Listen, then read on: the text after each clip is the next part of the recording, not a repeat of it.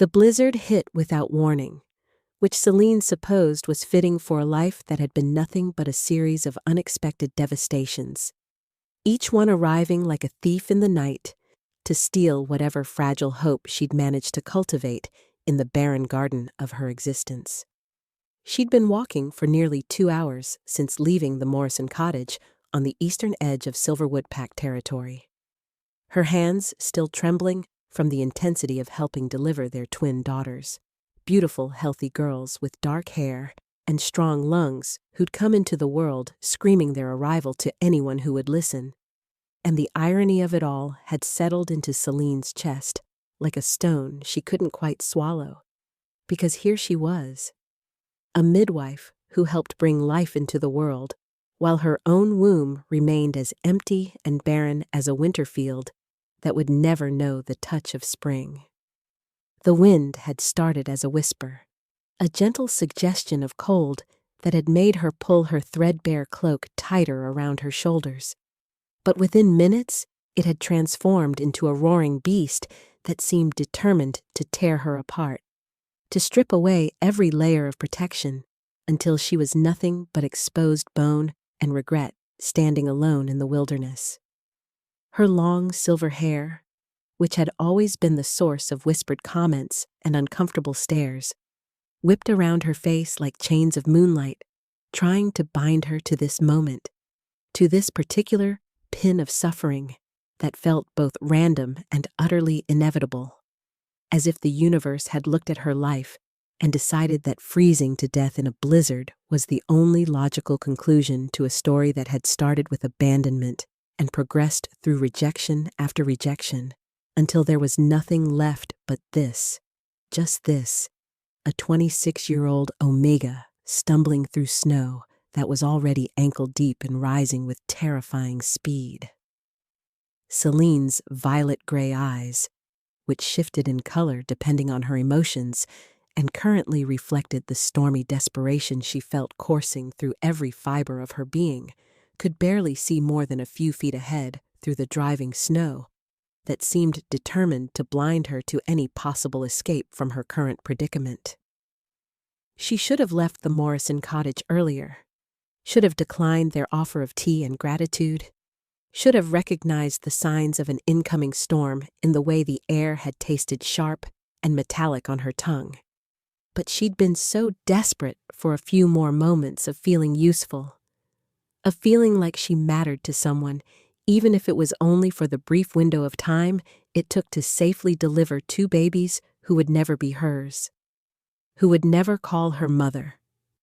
who would grow up with the one thing Celine had been told repeatedly and with clinical certainty that she could never provide. The medical diagnosis had come when she was 18 years old, fresh from her first heat and terrified of what it might mean, and the pack healers had examined her with cold efficiency and even colder expressions before delivering the verdict that would define every relationship, every hope, every dream she'd ever dared to imagine for herself. Infertile, they'd said, using a word that felt like a curse and a condemnation wrapped into one convenient package of despair. Explaining in technical terms, she barely understood that her womb was malformed, that her body lacked the necessary components to nurture life, that she was for all intents and purposes a broken vessel that could never fulfill the primary purpose of an Omega, which was to bear strong pups and continue the pack's bloodline into future generations that she would never be part of creating.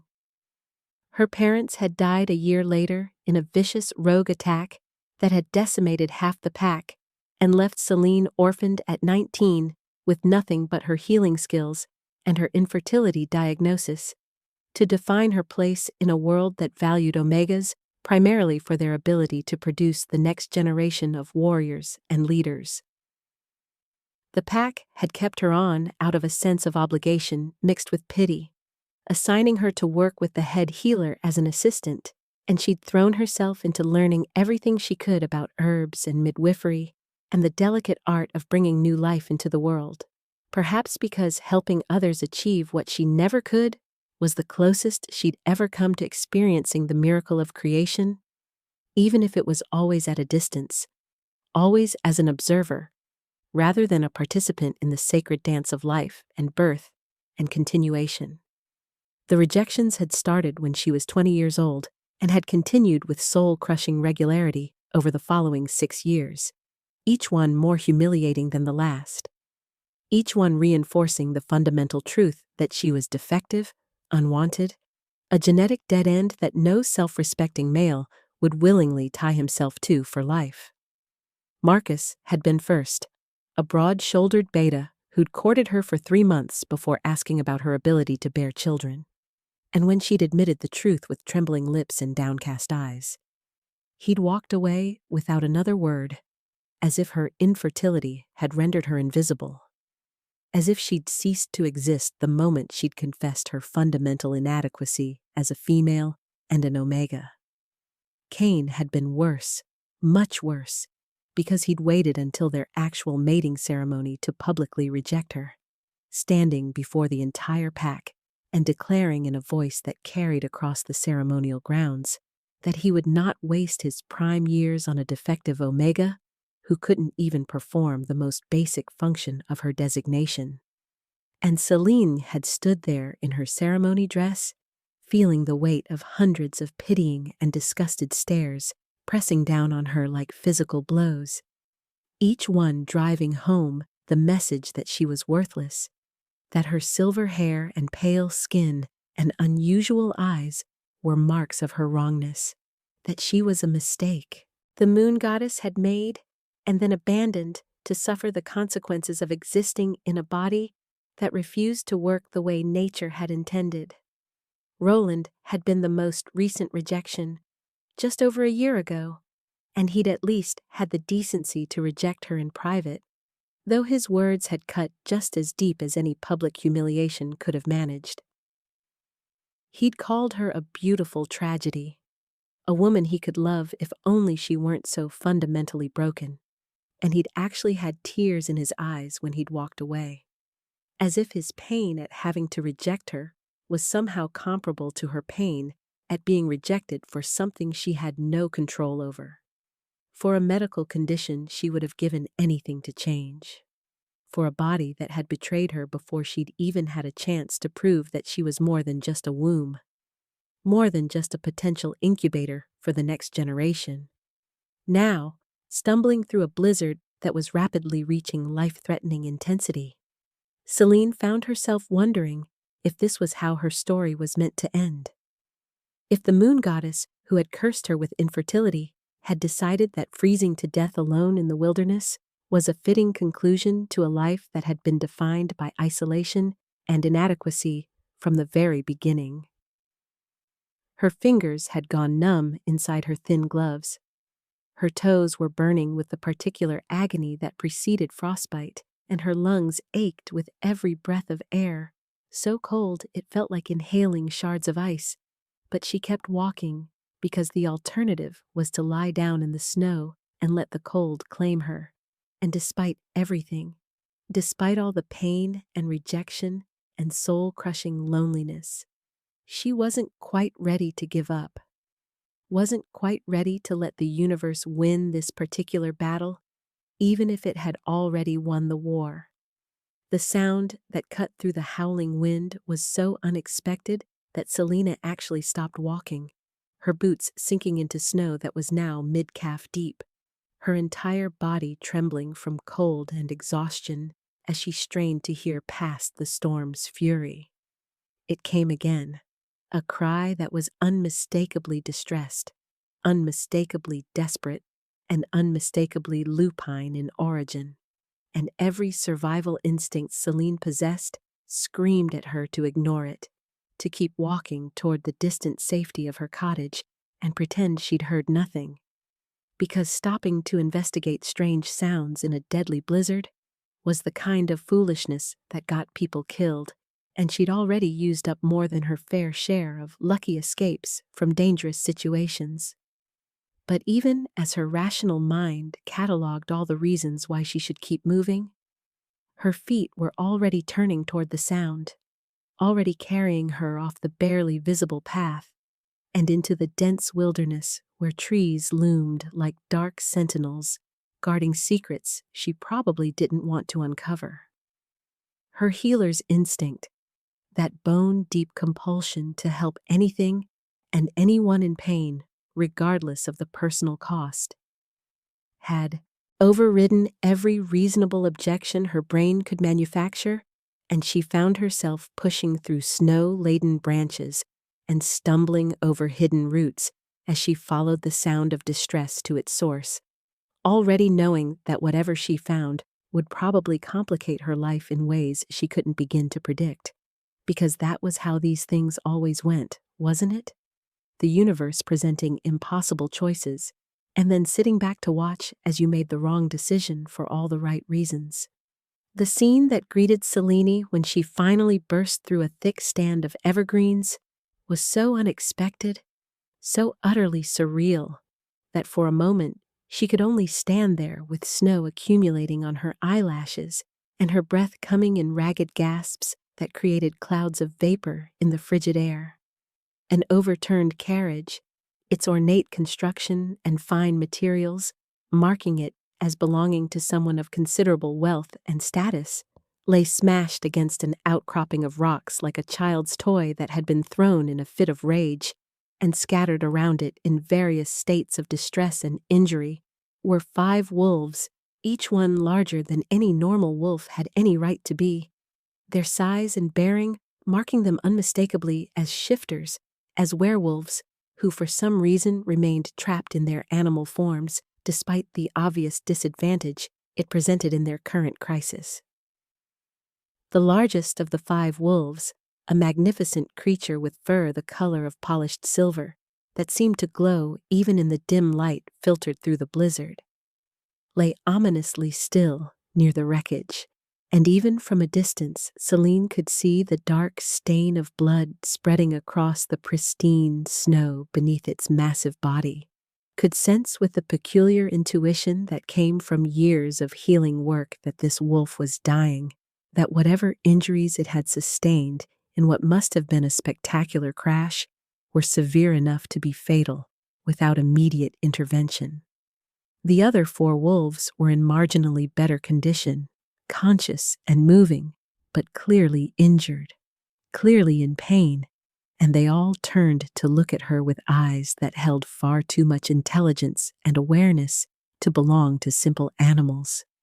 Eyes that assessed and calculated and judged her in the space of a single heartbeat.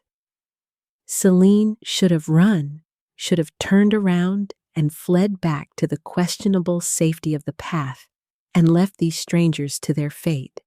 because getting involved with nobility, which these wolves clearly were based on the quality of their overturned carriage and the coordinated way the conscious ones had positioned themselves defensively around their fallen companion, was the kind of mistake that could destroy what little life she'd managed to build for herself in the margins of pack society. But as she stood there, with the wind tearing at her cloak and the temperature dropping so rapidly she could feel her exposed skin beginning to freeze, she found herself taking a step forward instead of back, found herself moving toward these strangers with her hands already reaching for the healing supplies she always carried in the worn leather satchel at her hip, found herself making yet another choice that would irrevocably alter the trajectory of her existence in ways she couldn't possibly anticipate in this moment of crisis and impossible decision. Her healing sense,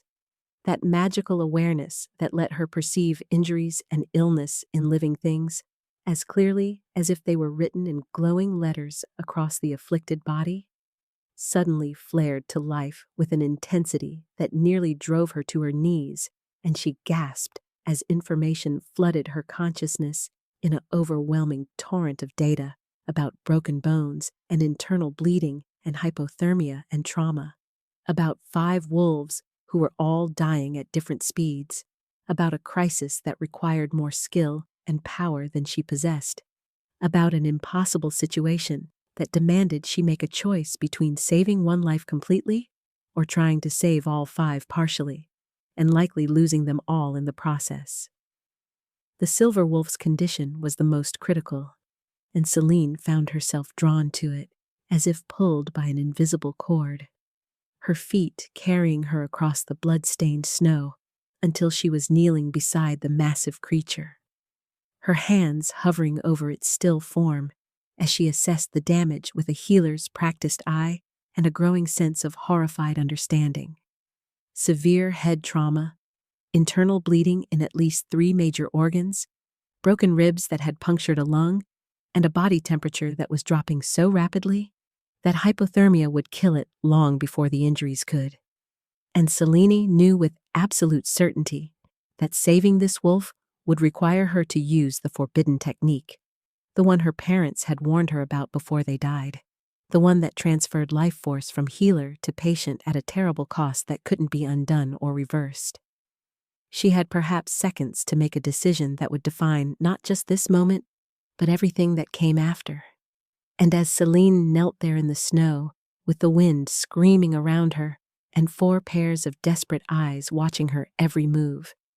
she realized that she'd already made her choice the moment she'd heard that first cry for help,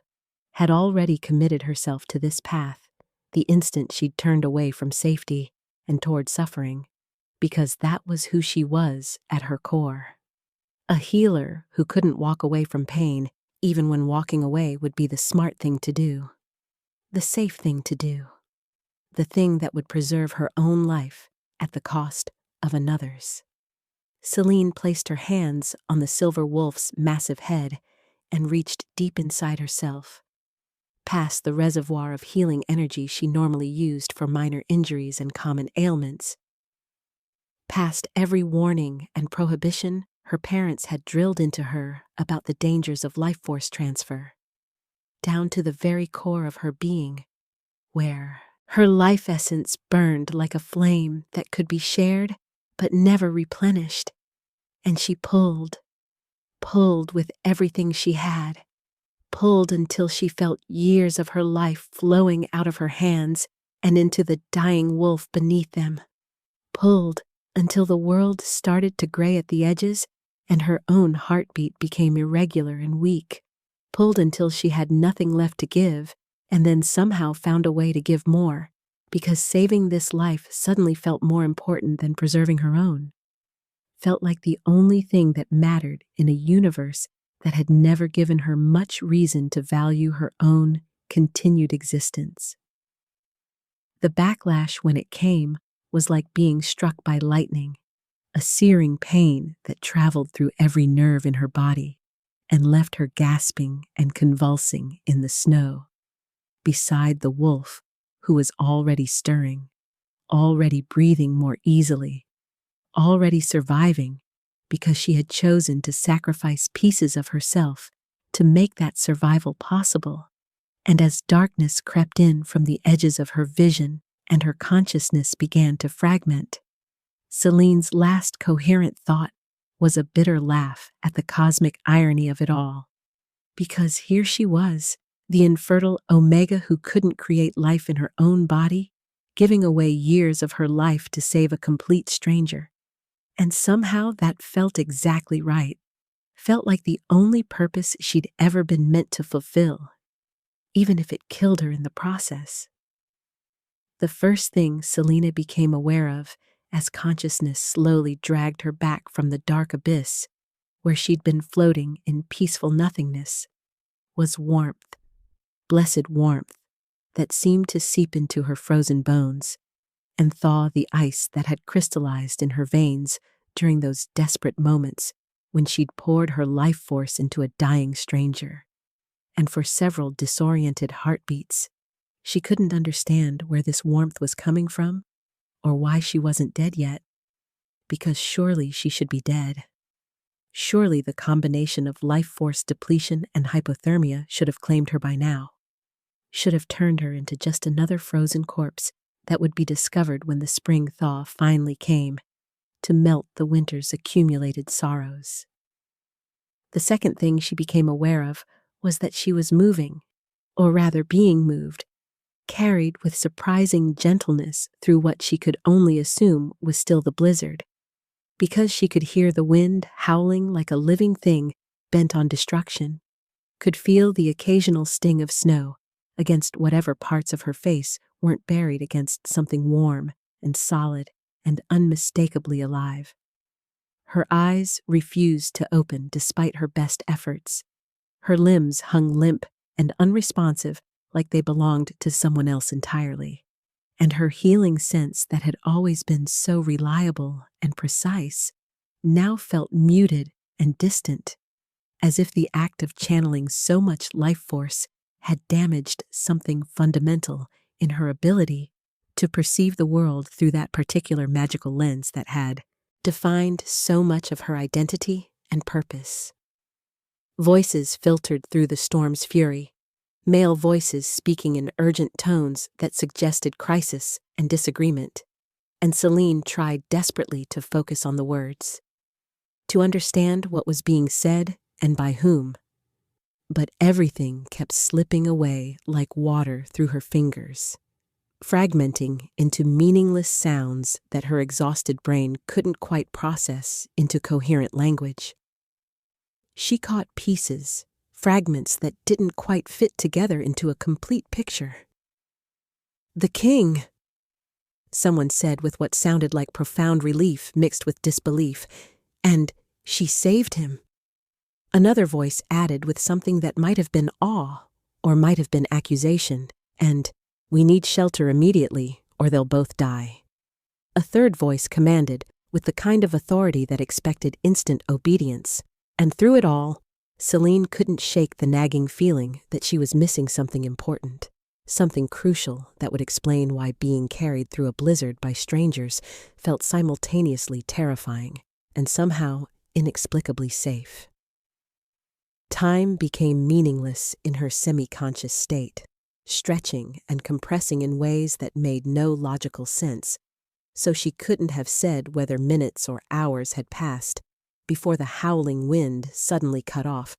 as if someone had closed a door on the storm's fury, and the change was so abrupt and so profound that it actually shocked her system enough to drag her a few inches closer to full consciousness.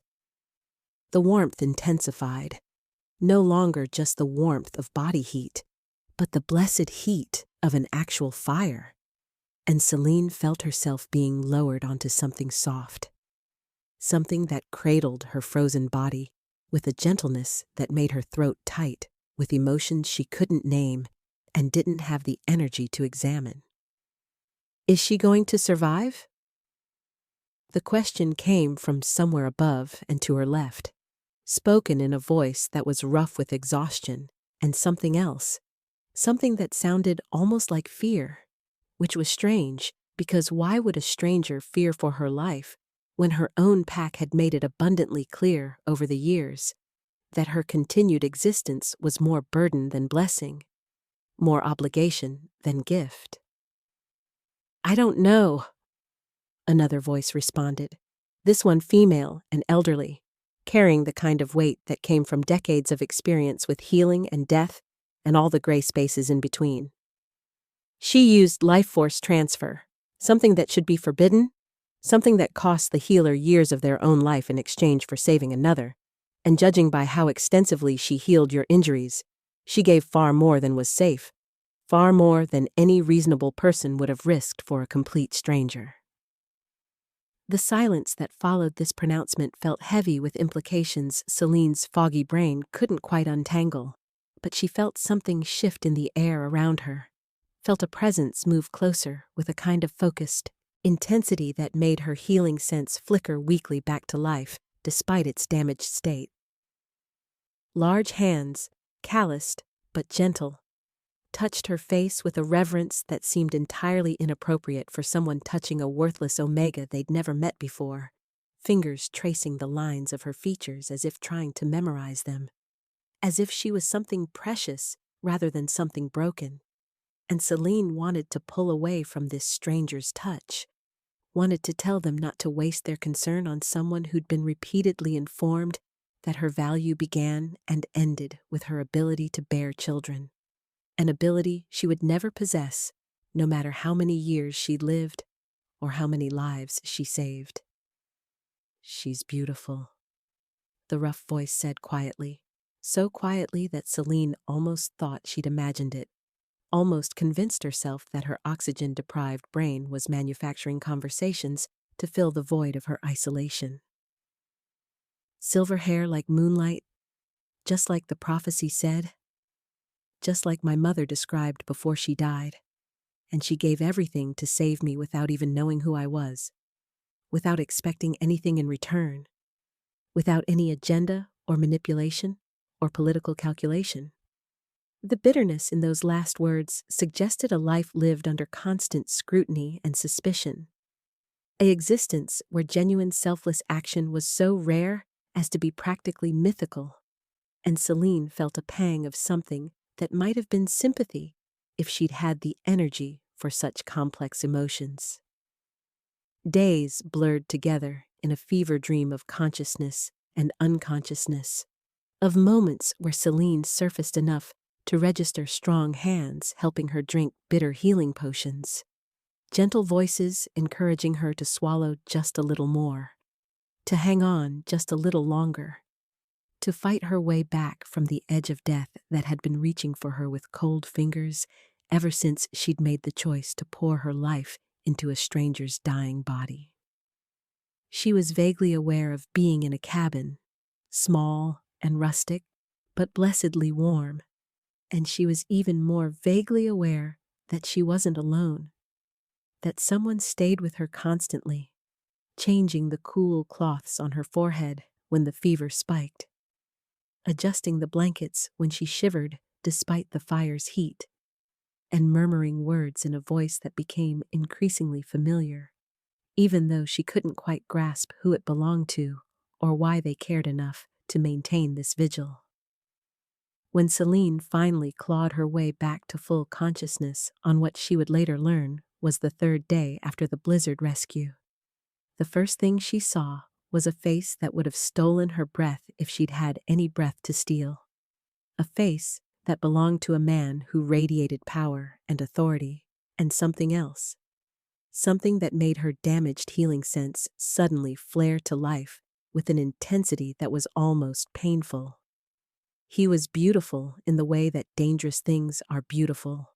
All sharp angles and intense eyes the color of silver blue that seemed to see straight through whatever pathetic defenses she'd managed to construct around her battered heart. And his hair, goddess help her,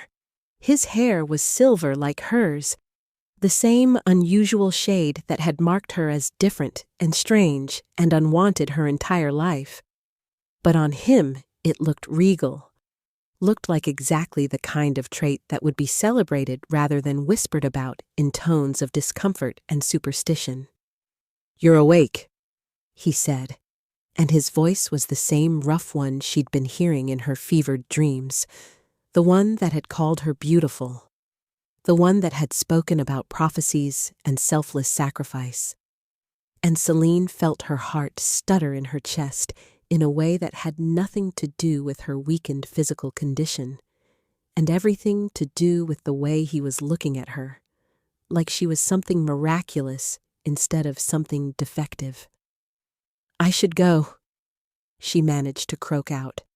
her voice rough from days of disuse, her instincts screaming at her to flee before she could overstay whatever welcome her rescue had temporarily earned her, because she knew from painful experience that gratitude had a shelf life, that eventually people remembered she was the broken Omega who couldn't fulfill her most basic purpose, and whatever kindness they'd shown would curdle into pity or disgust, or that particular blend of both that had defined most of her adult interactions. "You're in no condition to go anywhere," he said firmly, moving closer to adjust the pillows behind her back, with a practiced ease that suggested he'd been the one tending her during her unconscious days, which seemed impossible because men of his obvious status and power didn't nurse worthless Omegas back to health, didn't waste their valuable time on strangers who'd happened to stumble across them during a crisis. "The blizzard hasn't fully broken yet, and you nearly died saving my life, which means the absolute least I can do is ensure you survive long enough to regret such a foolishly selfless decision. There was something in his tone that might have been humor if it hadn't been wrapped in layers of something darker. Something that suggested he understood far too much about the weight of duty and sacrifice and choices that left permanent scars on the soul. "I don't even know your name," Celine said, because focusing on this practical detail seemed safer than examining the way her body was responding to his proximity. The way something deep in her chest was pulling toward him like a compass finding north. The way her damaged healing sense was suddenly screaming information at her that couldn't possibly be true, that was too impossible and too cruel to even consider. "Theo," he said after the briefest hesitation, and something about the way he said it suggested it wasn't quite the whole truth. But Celine was too exhausted and too overwhelmed to press for details she probably didn't want to know anyway. "And you are?" "Nobody,"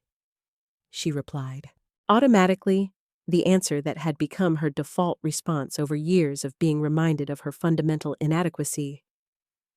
"Just Celine, an Omega from Silverwood Pack who helps with healing and midwifery when I'm not being generally useless." The flash of anger that crossed his handsome features was so unexpected and so intense that Celine actually flinched, pressing herself back against the pillows as if she could somehow disappear into them and escape whatever judgment was coming, because she'd learned that male anger was something to avoid, something that preceded rejection and humiliation and pain. "You are not useless," Theo said with a force that seemed entirely disproportionate to her self-deprecating comment, and he reached out to cup her face with one large hand, his thumb brushing across her cheekbone with a gentleness that contradicted the intensity of his expression. "You used forbidden magic to save my life. You aged yourself years in the process, and you asked for nothing in return, expected nothing in return. And if you think that makes you useless or worthless, or whatever other toxic lies your pack has been feeding you, then your pack is full of fools who wouldn't recognize value if it saved their lives during a blizzard." Celine felt tears burning behind her eyes, hot and unwelcome, because she didn't cry anymore, had learned years ago that crying changed nothing and only made people more uncomfortable around her, only reinforced the narrative that she was weak and broken and too emotional to be worth the effort of basic kindness. "You don't understand," she whispered, and the words felt like they were being dragged from somewhere deep inside her chest, from the place where she kept all her pain and shame and self-loathing carefully locked away, where it couldn't contaminate her interactions with the world. "I can't have children. I'm infertile. I've been diagnosed and examined and poked and prodded by every healer in my pack and several from neighboring packs, and they all said the same thing, that my womb is wrong, that my body is defective, that I'm an Omega who can't fulfill the one purpose that defines what an Omega is supposed to be." The confession hung in the air between them like a physical thing, and Celine waited for the inevitable withdrawal, the moment when this beautiful stranger with silver hair and kind hands would realize what she was, would understand why 3 different males had rejected her, would recognize that whatever gratitude he felt for her saving his life couldn't possibly override the fundamental fact that she was damaged goods, a genetic dead end, an Omega who could never give him the one thing that males of status and power inevitably wanted. But instead of pulling away, instead of letting his hand drop from her face and his expression close off into polite distance, Theo moved closer, close enough that she could feel the heat radiating from his body, close enough that his scent wrapped around her like an embrace, and there was something about that scent that made her healing sense scream even louder, made something primal in her Omega nature sit up and take notice in a way that was both thrilling and absolutely terrifying. What if I told you? Theo said slowly, his silver blue eyes holding hers with an intensity that made it impossible to look away. That I don't care about your ability to bear children. That what I saw when you dragged yourself through a deadly blizzard to save a complete stranger was someone with more strength and courage and pure, selfless compassion than anyone I've ever met in my entire life, and that those qualities are infinitely more valuable than any biological function? His words were pretty, were exactly the kind of thing Celine had dreamed of hearing during the long, lonely years after her diagnosis, but she'd learned through painful experience that pretty words had a way of evaporating when confronted with the reality of her condition. When the initial gratitude or attraction faded and males started thinking about legacy and heirs and the future they'd be giving up by tying themselves to someone fundamentally broken. You say that now, Celine replied, and she hated how bitter she sounded, hated how the years of rejection had poisoned even this moment of unexpected kindness. But eventually you'll want what every male wants. You'll want children to carry on your name and your legacy, and I can't give you that. I can't give anyone that, and pretending otherwise just makes the inevitable rejection hurt worse when it finally comes. She tried to pull away from his touch, tried to create some distance between herself and this stranger who was looking at her like she mattered, like she was worth something beyond her utility as a healer or her function as a potential mother. But he didn't let her retreat, his hand sliding from her face to the back of her neck, holding her gently but firmly in place. I have something to tell you, Theo said, and there was something in his expression that looked almost like fear, almost like he was the one bracing for rejection instead of her, which made no sense at all, because what could someone like him possibly have to fear from someone like her? But I need you to understand that I'm telling you this now, while you're still weak and recovering, while you have no defenses and no ability to run away or shut me out. Because if I wait until you're stronger, I'm afraid you'll never believe that what I'm about to say is true, that you'll convince yourself it's gratitude or obligation or some other emotion that isn't what it actually is. He took a breath, and Celine watched his chest rise and fall beneath the fine fabric of his shirt, noticed for the first time that his clothes were of exceptional quality, far better than anything a simple guard should be wearing. And something about that observation made her stomach twist with a premonition of complications she couldn't begin to predict. You're my mate, Theo said,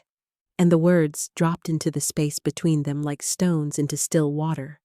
sending ripples of shock and disbelief and desperate hope radiating through Celine's entire being. The moon goddess chose you for me, marked you with silver hair so I'd recognize you when we finally met, and I felt the mate bond snap into place the moment I regained consciousness in the snow and saw you collapsed beside me, saw what you'd sacrificed to save my life. And I know you can't feel it yet because you're too weak and your healing sense is too damaged from the life force transfer. But I swear to you on everything I hold sacred that this is real, that you are mine and I am yours, and your infertility doesn't matter, has never mattered, because the prophecy my mother made before she died said that my Luna would have silver hair like moonlight and would give me the greatest gift when all hope seemed lost. And I truly believe, that the gift isn't children or heirs or any of the things you've been told you're supposed to provide. He paused, his thumb stroking the sensitive skin behind her ear in a way that made her shiver, despite the warmth of the cabin, despite the fever that still lingered in her blood. I think the gift is you, just you, exactly as you are, broken and beautiful and brave enough to save a dying stranger without counting the cost. Selena wanted to believe him, wanted so desperately to accept these words that promised everything she'd ever dreamed of, and been told she could never have. But years of rejection had built walls around her heart that couldn't be dismantled by a single conversation, no matter how sincere it seemed. "You don't know what you're saying," she managed, even as her traitorous body leaned into his touch, even as something deep in her chest responded to his declaration with a recognition she couldn't quite deny. The mate bond can be rejected. You could choose not to accept it, and when you realize what being with me means, what you'd be giving up, you'll make that choice, and I don't think I can survive another rejection. I don't think I have anything left to lose except my life, and I already tried to give that away in the snow. So maybe you should just let me go before we both make a mistake we can't undo." "I'm not letting you go," Theo said with absolute finality, and there was something in his voice that sent shivers down her spine, something that spoke of authority and power and a will that had never learned to accept defeat. "And I'm not going to reject you. Not now. Not ever. Not for any reason. But I understand that you need time to believe that, time to trust that I mean what I say, so I'm going to make you a deal." He shifted position, moving to sit on the edge of the bed where she lay, his proximity making it difficult to think clearly about anything except the way his scent was wrapping around her senses like a drug. "Stay here with me until the blizzard fully breaks and it's safe to travel. Let me take care of you while you recover from what the life force transfer did to your body. And I promise I won't push you to accept the mate bond until you're ready, until you believe that I want you for who you are, rather than what you can provide." Before Celine could respond, before she could marshal her scattered thoughts into any kind of coherent argument against this insane proposal, the door to the cabin burst open with a force that sent snow swirling into the warm interior, and a man who radiated danger and authority in equal measure strode in, his dark hair dusted with snowflakes, his amber eyes sharp and assessing as they swept across the scene of Theo sitting intimately close to Celine on the bed where she lay propped up against pillows. "Your Majesty," the newcomer said, and those two words detonated in Celine's consciousness like an explosion that rearranged everything she thought she understood about the past 3 days. "The rest of the guard has arrived with supplies and the royal physician, and the council has sent word that they need you back at the capital immediately because they've declared you dead and are preparing to install your cousin as regent." The silence that followed was so complete, so absolute, that Celine could hear her own heart hammering against her ribs, could hear the crackle of the fire in the hearth, could hear the world as she'd understood it shattering into pieces that would never fit back together in quite the same way. "Your Majesty," she repeated in a voice that didn't sound like her own, her eyes fixed on the man she'd known as Theo, the guard she'd saved without expecting anything in return, the stranger who'd just declared himself her mate and promised her everything she'd ever wanted. "You're not just a guard. You're the king. You're Alpha King Theron Silvercrest. And I've been lying here pouring out my pathetic history to royalty while believing you were someone I could actually—" She trailed off, unable to finish the sentence, unable to articulate the betrayal she felt, the humiliation of having exposed her deepest wounds and most profound inadequacies to someone who could literally have anyone in the entire kingdom, someone for whom she was at best a temporary obligation, and at worst a massive liability to a crown that needed heirs and political alliances, and all the things a broken Omega could never provide. The revelation of Theron's true identity hung in the air between them like a guillotine blade waiting to fall, and Celine felt every defense she'd ever constructed around her wounded heart slam into place with a finality that was almost audible. Because of course the man who'd claimed to want her despite her brokenness was actually the Alpha King of the entire Northern Realm, a ruler who needed legitimate heirs to secure his bloodline and political alliances to strengthen his kingdom. And she was just a worthless omega from a minor pack who couldn't even fulfill the most basic biological function that would make her useful to someone of his stature and responsibility. The betrayal tasted like ash on her tongue, not because he'd lied about his identity, which she could understand given the circumstances of their meeting, but because he'd let her expose every raw wound and shameful inadequacy, while knowing the entire time that there could never be anything real between them. That whatever temporary gratitude or mate bond confusion he felt would inevitably give way to the cold political reality that kings didn't mate with defective omegas who would leave their thrones without heirs and their kingdoms without the stability that came from a proper royal lineage. "Get out," Celine said, and her voice was steady despite the way her hands were shaking beneath the blankets, steady despite the way her heart was cracking apart in her chest, like ice under too much pressure. "Your Majesty," she added with deliberate formality, with the kind of distance she should have maintained from the beginning if she'd had any sense at all. "I appreciate you saving my life and tending me during my recovery, but I think we both know that whatever you think you feel right now is just the mate bond trying to forge a connection that makes no logical sense, and I'm sure once you return to your capital and your court and your council of advisors, you'll realize that you need someone who can actually give you what a king requires, someone who isn't fundamentally broken in ways that can't be fixed, no matter how much magic or medicine or wishful thinking gets applied to the problem."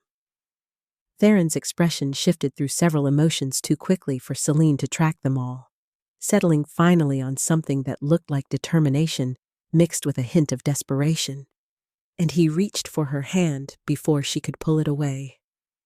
his fingers wrapping around hers with a gentleness that belied the strength she could feel thrumming beneath his skin. "You don't understand," he said, and there was something almost pleading in his tone that seemed entirely wrong, coming from someone who literally ruled an entire kingdom. "I didn't tell you my identity because I needed you to see me, just me, not the crown or the title or the weight of expectations that has defined every interaction I've had since my parents died and left me to rule at 23 years old. And yes,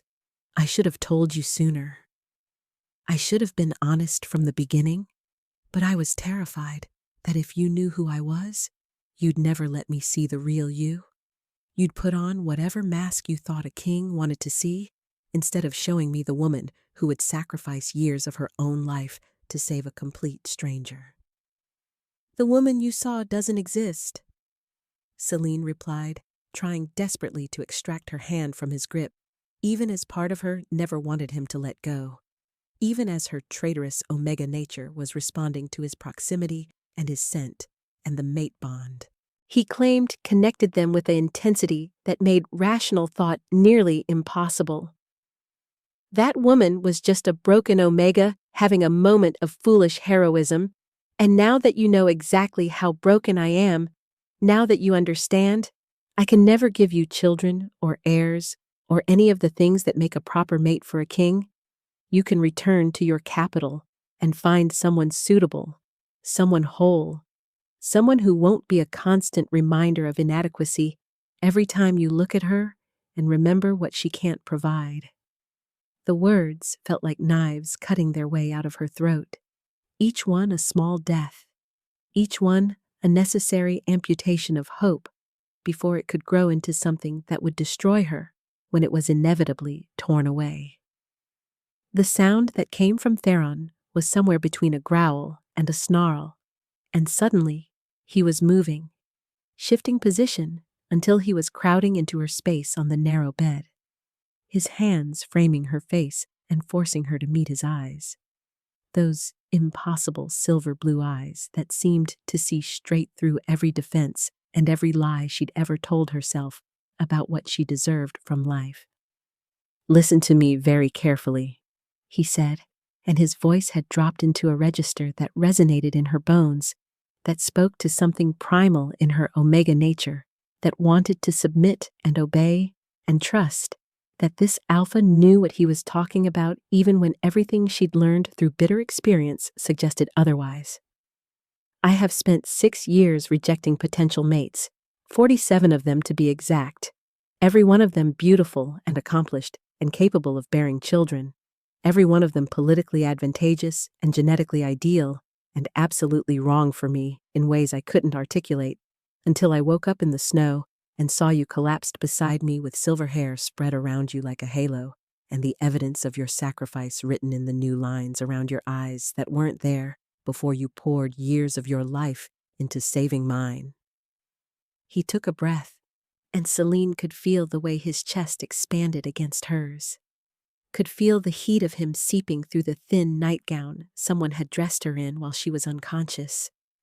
could feel her resolve wavering in ways that terrified her. Because she absolutely knew, that letting herself hope again would destroy her when reality inevitably reasserted itself. My mother was a seer, Theron continued, his thumbs stroking her cheekbones in a rhythm that was probably meant to be soothing, but instead was setting her nerve endings on fire. And before she died in the same rogue attack that killed your parents 7 years ago, she made a prophecy about the woman I would mate. She said my Luna would have silver hair like moonlight and would give me the greatest gift when all hope seemed lost. And I spent years trying to figure out what that meant, trying to decode whether the gift was children or power or some political alliance that would transform the kingdom. Celine wanted to interrupt, wanted to point out that prophecies were notoriously unreliable and open to interpretation, that his mother had probably meant he'd find a silver-haired Omega who could bear him strong sons, that she was clearly not the fulfillment of this particular prediction, because she couldn't give him any gift except her broken self.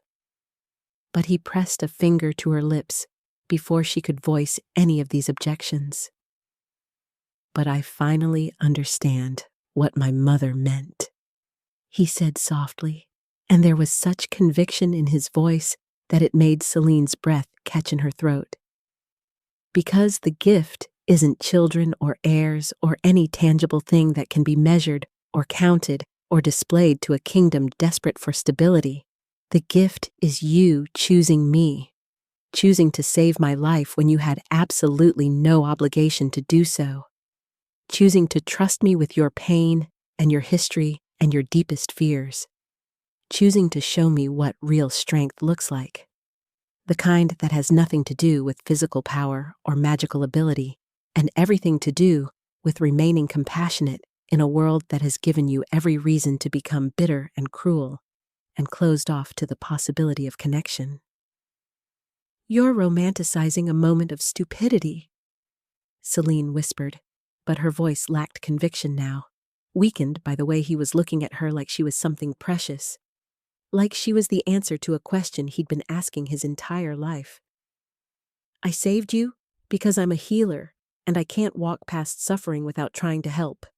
It wasn't some grand gesture of fate or destiny. It was just instinct. Just the same compulsion that makes me deliver babies for Omegas, who have what I never will. Just the same self-destructive tendency to put everyone else's needs before my own survival. She could feel tears burning behind her eyes again, hot and insistent, threatening to spill over and prove just how weak she really was, how incapable of maintaining the emotional distance that would protect her from the inevitable heartbreak. What if? Theron said, and his voice had gone very quiet, very intense, very focused in a way that made the entire world narrow down to just the two of them and the impossible thing he was proposing. You stayed with me, came back to the capital as my acknowledged mate. Let me show you every single day that your worth has nothing to do with your ability to bear children, and everything to do with who you are as a person, as a healer, As someone brave enough to love in a world that has punished you for being soft-hearted? He shifted, pressing his forehead against hers in a gesture of intimacy that felt more profound than any kiss, more binding than any ceremony. I'm not saying it would be easy. The council will object. There will be political complications. People will question why their king chose a mate who can't provide heirs. But I don't care about any of that. I care about the fact that when I look at you, I see my future. I see the person I want beside me when I'm making impossible decisions. I see the woman who will keep me honest and compassionate and connected to what really matters instead of getting lost in the endless political games that consume so many rulers. And when you change your mind? Celine asked, because she needed to know, needed to understand what would happen when the initial infatuation faded, and he started tallying up everything he was sacrificing for a mate who couldn't even give him the one thing every king needed. When your counsel convinces you that duty outweighs personal preference, when you realize that loving me means your bloodline ends with you, when you meet some beautiful, fertile Omega who could give you everything I can't, what happens then? The question tasted like poison, but it needed to be asked, needed to be answered, before she could even consider taking the leap of faith he was asking for. Then I'll remind myself why I chose you in the first place, Theron replied without hesitation. I'll remember the woman who saved my life expecting nothing in return, who aged herself years without complaint, who showed me what real love looks like, the kind that gives without counting the cost. And I'll know that I made the right choice, that I chose connection over convenience, love over legacy, you over everything else the world says should matter. He pulled back just enough to look into her eyes, and Celine saw her own reflection in those silver blue depths, saw herself the way he apparently saw her, not as broken or defective or worthless, but as someone valuable, someone worthy, someone who deserved to be chosen, not despite her inadequacies, but because of the strength it had taken to survive them and remain kind anyway. The silence stretched between them, heavy with possibility and terror in equal measure, and Celine felt herself standing on the edge of a precipice, knowing that whatever choice she made in this moment would define the entire trajectory of her future,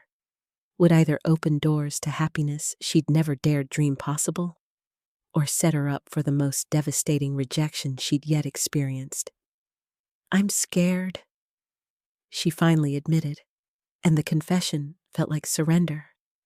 like letting down the last defense she had against the hope that was already taking root in her chest, despite every warning her rational mind was screaming.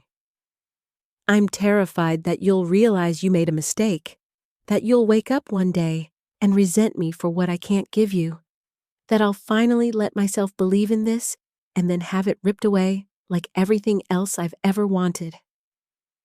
I know, Theron said simply, and he pressed a kiss to her forehead that felt like a promise, like a vow, like the beginning of something that could either save her or destroy her completely. I'm scared too, scared that I'll fail you, that I won't be able to protect you from the people who will question your worth, that I'll say or do something that, reinforces all the terrible things you've been told about yourself. But fear isn't a good enough reason to walk away from something that could be extraordinary, from a connection that feels like coming home after a lifetime of wandering lost in the wilderness. He stood then, moving away from the bed with obvious reluctance, giving her space to breathe and think and make a decision that wasn't influenced by his proximity or his scent or the mate bond that was apparently trying to forge them into a single unit. I need to return to the capital immediately to deal with the political crisis my supposed death has created. But I'm asking you, I'm begging you really to come with me, to give us a chance to see if what we have can survive outside this cabin, outside this crisis, to trust me enough to take that leap of faith, even though every experience you've had suggests it will end in pain." Celine sat there in the bed, wrapped in blankets that smelled like Theron and safety and possibility, and she thought about all the times she'd chosen to help even when it cost her. All the times she'd poured herself into healing others, even when she received nothing but pity in return.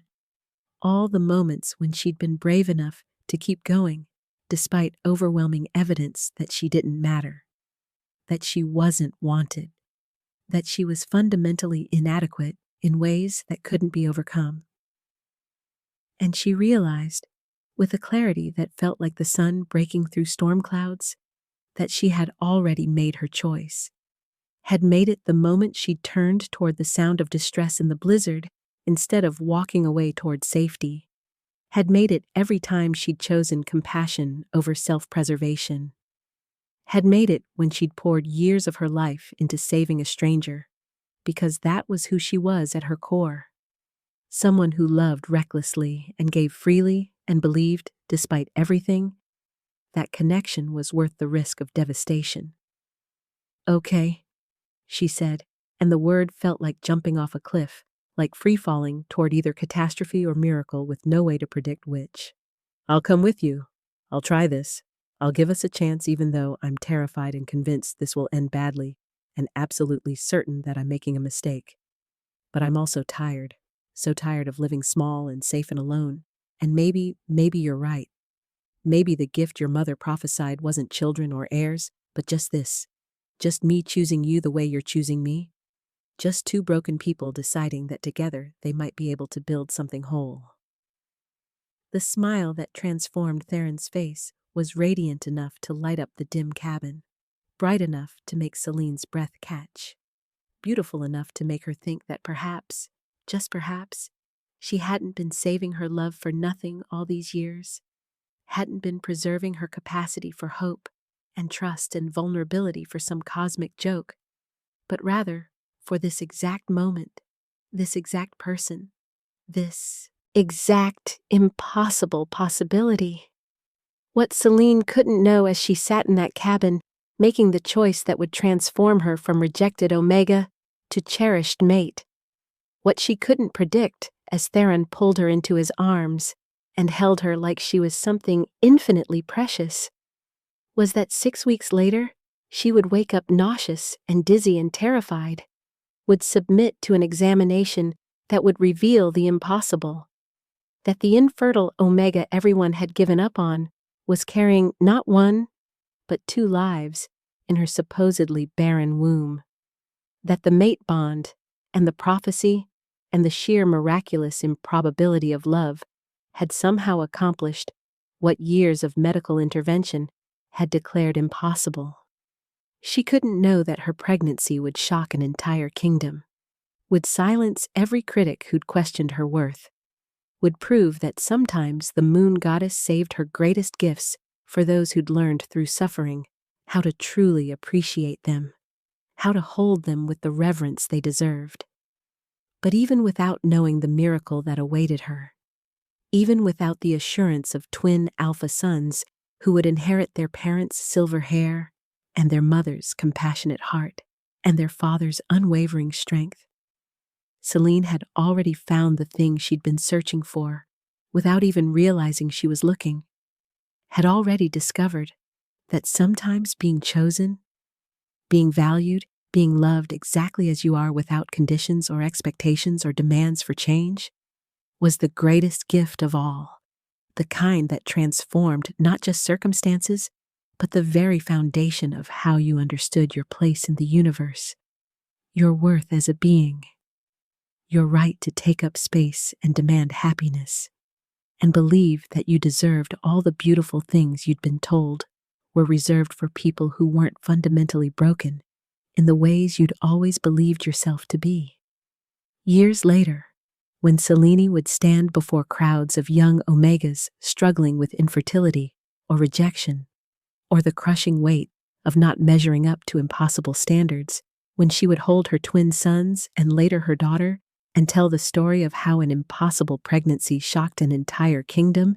She would always emphasize that the real miracle wasn't the children,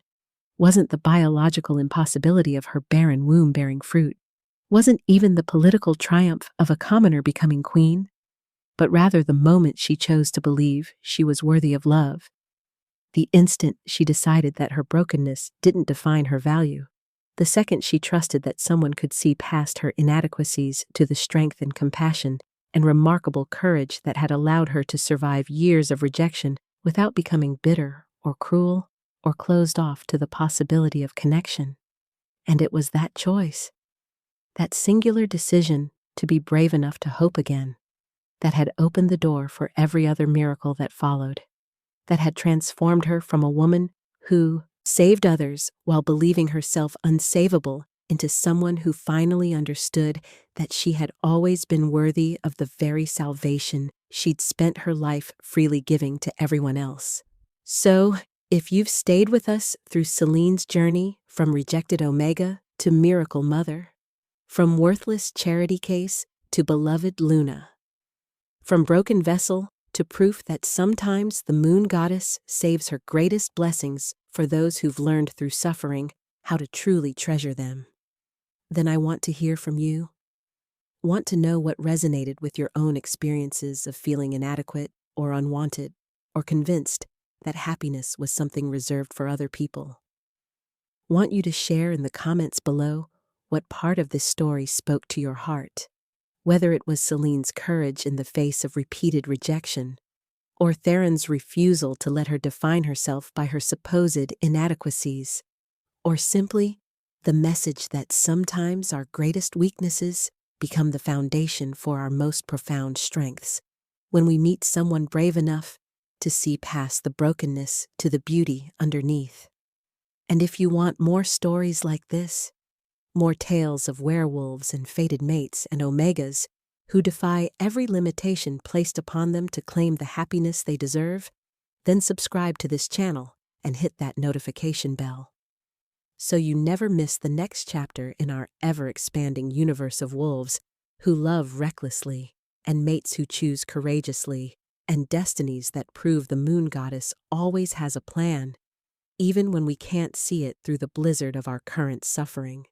And together, we'll continue exploring what it means to be chosen, to be valued, to be loved exactly as you are in a world that constantly demands you. Be something different. Something more, something other than the perfectly imperfect miracle you've always been.